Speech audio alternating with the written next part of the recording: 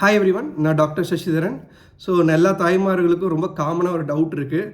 Sir, Ghraib water எங்கள் அம்மா காலத்துலேருந்து என் குழந்தைக்கு நான் வந்து கிரைப் வாட்டர் கொடுக்குறேன். ஸோ அது வந்து நல்லதா கெட்டதா? நீங்கள் ஒரு பீடியாட்ரிஷனாக சொல்லுங்கள். எங்கள் அம்மாலாம் நல்லது தான் சொன்னாங்க. குழந்தை அழுகுது, நாங்கள் கிரைப் வாட்டர் கொடுத்தோடனே நல்லா படுத்து தூங்கிடுறாங்க. ஸோ குழந்தைக்கு இந்த தொந்தரவு கம்மியாகுது. அப்போ நல்ல விஷயம் தானே சார்? நாங்கள் அது கொடுக்கலாம்ல, ஏன் நீங்கள் கொடுக்க வேணான்னு சொல்கிறீங்க? ஒரு பீடியாட்ரிஷியன் டாக்டராக ஏன் தர வேணான்னு சொல்கிறீங்க அப்படின்னு காரணம் கேட்குறீங்க. ஸோ நான் அது கிளியராக உங்களுக்கு எக்ஸ்பிளைன் பண்ணுறேன். ஸோ கிரைப் வாட்டர் பற்றி நம்ம தெரிஞ்சுக்கணுன்னா முதல்ல அதில் என்ன இருக்குது, அது எப்போத்துலேருந்து யூஸ் பண்ணுறாங்கன்னு நம்ம முதல்ல தெரிஞ்சுப்போம். ஸோ கிரைப் வாட்டர் வந்து 1900 அந்த டைம்லேயே கிரைப் வாட்டர் ஸ்டார்ட் ஆகிடுச்சு. ஸோ ரொம்ப ஃபேமஸான பிராண்டு இந்த வுட்வர்ட்ஸ் பிராண்ட் சொல்லுவோம். இந்த பிராண்டில் தான் நிறைய நாள் வந்து இந்த கிரைப் வாட்டர் வந்து சர்க்குலேட் ஆகிட்டு இருக்கு. ஸோ ஃபஸ்ட்டு வந்து அதில் வந்து அல்கோஹாலிக் காம்பனண்ட், அதாவது அல்கோஹால்ன்றது தெளிவாக சொல்லணும்னா சாராயம், அந்த அல்கோஹால் காம்பனண்ட் இருந்ததுனால குழந்தைங்க வந்து அது குடிச்சதுக்கப்புறம் உடனே தூங்குறாங்க, நல்லா தூக்கம் வருது. கூட வந்து இந்த சர்க்கரை சுகர் கண்டென்ட்டும் முன்னாடி வந்து ரொம்ப அதிகமாக இருந்துச்சு.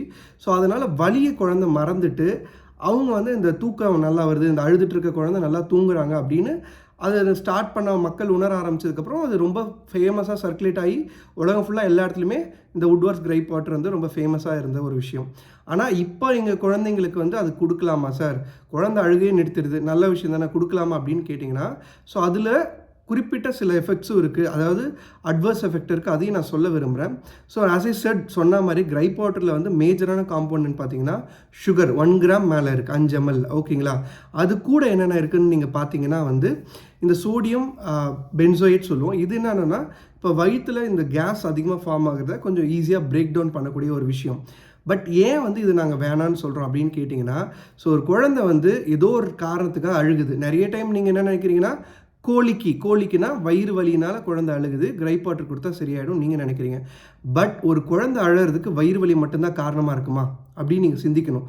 ஸோ குழந்தை அழகிறதுக்கு வயிறு வலி தவிர்த்து காதில் சீழ் கோத்தாலும் காது வலி இருக்கலாம், யூரின் இன்ஃபெக்ஷனாலும் குழந்தை அழலாம். ஓகேங்களா? அதுக்கு மேற்கொண்டு மூளையில் ஏதாவது பிரச்சனை இருந்தாலும், மூளை காய்ச்சல் இல்லைனா வந்து மூளையில் இன்ஃபெக்ஷன் அந்த மாதிரி இருந்தாலும் குழந்தை அழுகலாம். ஸோ வயிறு வந்து குடல் சுற்றிட்டு இருந்தாலும் குழந்தை அழுகலாம். எதுக்காக அந்த குழந்தை அழுகுதுன்றது தெரியாமலே நீங்கள் ஒரு கிரைப் வாட்டரை கொடுத்து அந்த அழுகையை நிறுத்தணும்னு நினைக்கிறீங்க. நிறைய டைம் ஓகே ஃபைன், குழந்தை வந்து நல்லா தான் இருக்குது, ஒரு பிரச்சனையும் இல்லை. பட் ஆனால் குறிப்பிட்ட சில கண்டிஷன்ஸ்லையும் இந்த வலியை வந்து குழந்தைங்க டெம்பரரியாக மறக்கிறதுக்கு நீங்கள் கொடுக்குற இந்த கிரைப் வாட்டரு இந்த வலிக்கான காரணம் என்னன்றது தெரியாமலே நிறைய டைம் போயிடுது. அதனால் சில குழந்தைங்க வந்து ரொம்ப சீரியஸான ஸ்டேட்டில் ஹாஸ்பிட்டலில் அட்மிட் ஆகுறாங்க.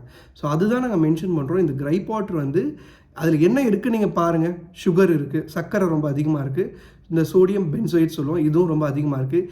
இதனால் குழந்தைங்களுக்கு எதாவது நல்லது இருக்கான்னு கேட்டிங்கன்னா கண்டிப்பாக கிடையாது. இதெல்லாம் டெம்பரவரியாக அந்த வலியை வந்து நிவாரணமாக இருக்குமே தவிர, லைக் நீங்கள் வந்து உங்களுக்கு தலைவலினோடனே தைலம் எடுத்து போட்டுக்கிறீங்க, அந்த மாதிரி ஒரு வலி நிவாரணியை தவிர காரணத்தை நீங்கள் கடைசி வரைக்கும் எந்த குழந்தைக்கும் நீங்கள் ட்ரீட் பண்ணலை. கோழிக்கான ட்ரீட்மெண்ட்டும் இந்த கிரைப் வாட்டர் கிடையாது. தானாகவே ஒரு 2 நாள் 3 நாள் சரியாயிடும். தாய்ப்பால் பிரெஸ்ட் மில்க் மட்டும் நீங்கள் கண்டினியூ பண்ணாலே நிறைய டைம் குழந்தைங்க சீக்கிரமாக ரெக்கவரி ஆகும். நிறைய சயின்டிஃபிக் பேஸ்டு ட்ரீட்மெண்ட்ஸும் இருக்குது, நீங்கள் அதை ஃபாலோ பண்ணலாம். அம்மா சொன்னாங்கன்ற காரணத்துக்காக இன்னமும் இந்த கிரைப் வாட்டரை ஃபாலோ பண்ணுறது எந்த அளவுக்கு நல்லதாக இருக்கும்னு தெரியல. குறிப்பிட்ட நான் சொன்ன இந்த மெடிக்கல் எமர்ஜென்சிஸ் டைமில் வந்து இது வந்து வலியை மாஸ்க் பண்ணலாம். எதனால் குழந்தைங்க அழறாங்க, ஒரு காதில் ஒரு இன்ஃபெக்ஷன் ஆகி சீழ் வடியுதா, இல்லை அந்த காது இன்ஃபெக்ஷன் மூலயமா மூளைக்காய்ச்சல் போகுதா, இல்லை யூரின் இன்ஃபெக்ஷனால் குழந்தை அழுகுதா, அப்படி இல்லாமல் குழந்தை நெறிக்கட்டி அந்த மாதிரி காரணத்தால் அழுகுதா, எதனால் அழுகுதுன்றதே கடைசி வரைக்கும் நம்ம தெரிஞ்சிக்காமல் போகிற மாதிரி இருக்கும். ஸோ அதனால தான் பீடியாட்ரிஷனாக நாங்கள் வந்து கிரைப் வாட்டர் வந்து ரெக்கமெண்ட் பண்ணுறதில்ல. எப்பயும் ஒரு குழந்தை அழுகிறதுக்கு என்ன காரணம்னு தெரிஞ்சுப்போம், அதுக்கேற்ற நம்ம ட்ரீட்மெண்ட்டை பிளான் பண்ணுவோம். ஸோ உங்களுக்கு இந்த கிரைப் வாட்டர் பற்றி வேறு ஏதாவது டவுட் இருந்தால் கமெண்ட் பாக்ஸில் மென்ஷன் பண்ணுங்கள். So until then bye from doctor Sasi.